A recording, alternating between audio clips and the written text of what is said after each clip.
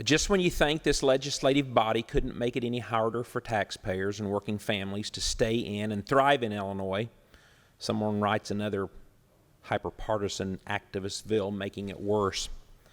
Our state government has allowed Illinois workers to be held hostage by a corrupt, crony, corporate crime syndicate. Think about that for a minute. We've been threatened and pushed around by a corporation that has admitted to criminal wrongdoing. Do we stand up to them? Do we stand up for the workers in this state? Do we stand up to the ratepayers to ensure that their family budgets are not stretched too thin? No. We fold and reward corrupt corporations with multi-million-dollar bailouts and tell working families that they get to pay for it. And thanks to these woke policies, more hard-working Illinoisans get forced out of their jobs and told by their political elites that they will have to settle for a worthless energy transition workforce commission. Working people don't need a commission. They don't want your handout. They want their jobs so that they can support their families. People in this body talk philosophically about equity. Do you know what poor people, marginalized people, and working people being crushed by our broken system need? They need opportunity. They need jobs where they have the dignity and ability to provide for their family. Good-paying jobs offer the prospect of upward mobility and a better future for their kids and grandkids. Do you want to help people? Well, then let's focus on opportunity. Blindly pursuing equity while destroying opportunity doesn't help anyone, but I'm sure it makes the activist groups and corporations who support your campaigns feel great. Instead of giving a corrupt corporation nearly $1 billion in ransom payments, let's use that money to incentivize manufacturers, builders, or whoever to purchase equipment or make investments that put more people to work in this state. We need to focus on fixing our fiscal mess and instituting real, sustainable spending reforms that prioritize middle class and working class people over corporations and special interests. If we were willing to do this, imagine what we could do to aggressively pursue real job-creating investments in our poor urban areas and rural communities destroyed by poor public policy in this state.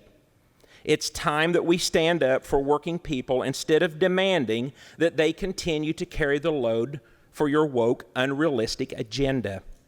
Let me ask you this. What's going to happen when inevitably we can't meet our baseload energy demands?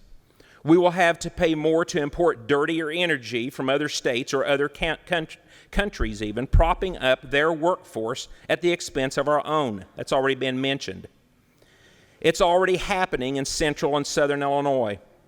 We are importing energy to the tune of 20% already. Already, even when coal and natural gas is still in the mix, we're importing energy.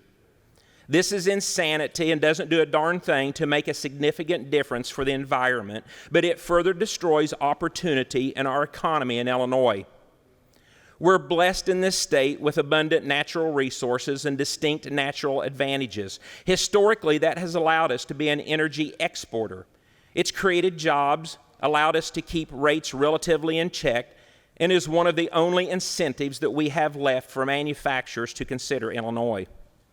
Why would we continue to squander the opportunity to bring jobs and people back to Illinois and help working class families? Why would we support a politically motivated energy bill that creates $200 million in utility fees in Illinois families to pay for green justice programs? It creates a multi-million-dollar corporate bailout on the backs of working families. It gives taxpayer money to big wind companies. It allows for eminent domain to seize the private property of Illinois, and that alone is reason to stop this. It requires the repowering or closure of all natural gas plants by 2045, and it increases utility bills for Illinoisans. When does the insanity stop? When the nuclear sunset ends in a few years, will you go after that next?